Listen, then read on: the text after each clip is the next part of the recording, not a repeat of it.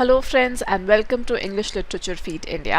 आज हम पढ़ेंगे कि ओड क्या होता है। I am sure you must have come across this word ode and literature के अंदर काफ़ी सारे फेमस ओड्स भी हैं, जैसे कि odd on a Grecian earn by John Keats या फिर Ode to the West Wind by P.B. Shelley, and there are so many famous odes in English literature. So today we will be talking in detail about what is an ode.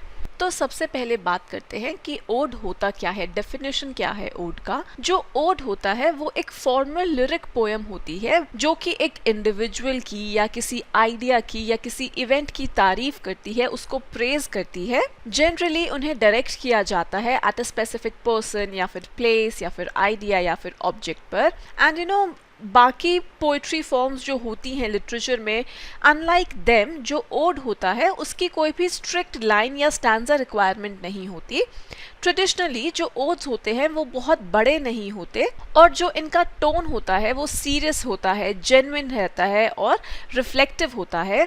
जो subject matter है odds का वो very कर सकता है, but वो हमेशा वही होता है सब्जेक्ट मैटर उनका जो पोएट को लगता है कि अटेंशन डिजर्व करता है। ऑल्सो जो ये वर्ड है ओड वो इस ग्रीक वर्ड से आता है। आई एम सॉरी, मुझे इसका प्रोनाउंसिएशन नहीं मालूम।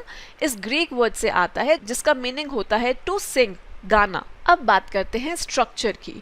तो जो ओड होता है उसके 3 पार्ट्स होते हैं, स्ट्रोफी, एंटीस्ट्रोफी एंड एन ईपॉड।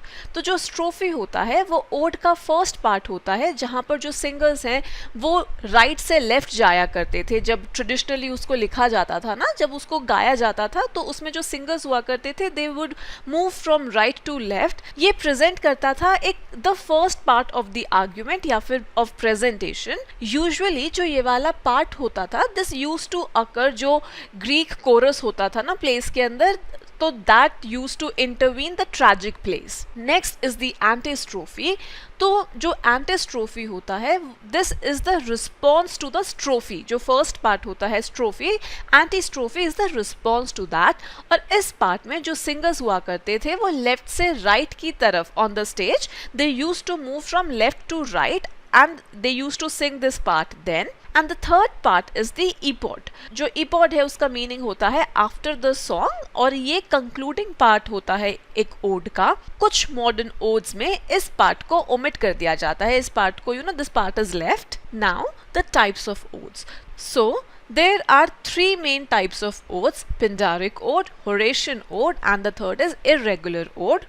तो सबसे पहला जो पिंडारिक ओड है, also known as the Greek ode, वो अपना नाम डिराइव करता है एक एंशियंट ग्रीक पोएट थे पिंडर उनसे। एंड जो पिंडर थे वो सॉन्ग्स लिखा करते थे जिन्हें dancers and a chorus of singers perform किया करते थे। And the songs that he used to write वो सेलिब्रेट करते थे major events and moments in history को।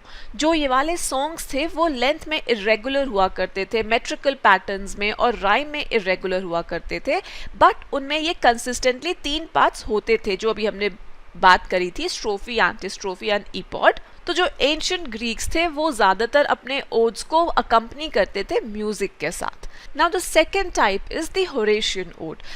एज द नेम सजेस्ट, तो ये वाला जो ओड है दिस इज नेम्ड आफ्टर जो रोमन पोएट थे हॉरस। इस ओड के अंदर जो टोन होता है ना वो एक काम और कॉन्टेम्पलेटिव टोन होता है। ये वाले जो ओड्स होते हैं इन्हें लिखा जाता है ताकि जब रीडर इनको पढ़े तो they should feel peace, they should bring peace to the reader. And जो पिंडारिक ओड होते हैं दे आर मोर फॉर्मल, पर जो होरेशियन ओड होता है वो ट्रेडिशनली एक्सप्लोर करता है the intimate scenes of daily life. And lastly we talk about the irregular ode. तो जो इरेगुलर ओड होता है दैट इज अ पोएम जो कि होरेशियन ओड या पिंडारिक ओड का जो स्ट्रक्चर होता है उसको कंफर्म नहीं करती। जो वर्स होता है इरेगुलर ओड में वो ज्यादातर इरेगुलर होता है और जो स्टैंजाज होते हैं they also lack any sort of prescribed order. कोई भी फॉर्मल राइम स्कीम नहीं होता इस तरीके के ओड में, जिससे कि पोएट को फ्रीडम मिलता है एक्सपेरिमेंट करने का उनके वर्स के साथ। And with this, I would like to end today's video. If you like the video, then do not forget to like, comment and subscribe. Thank you so much.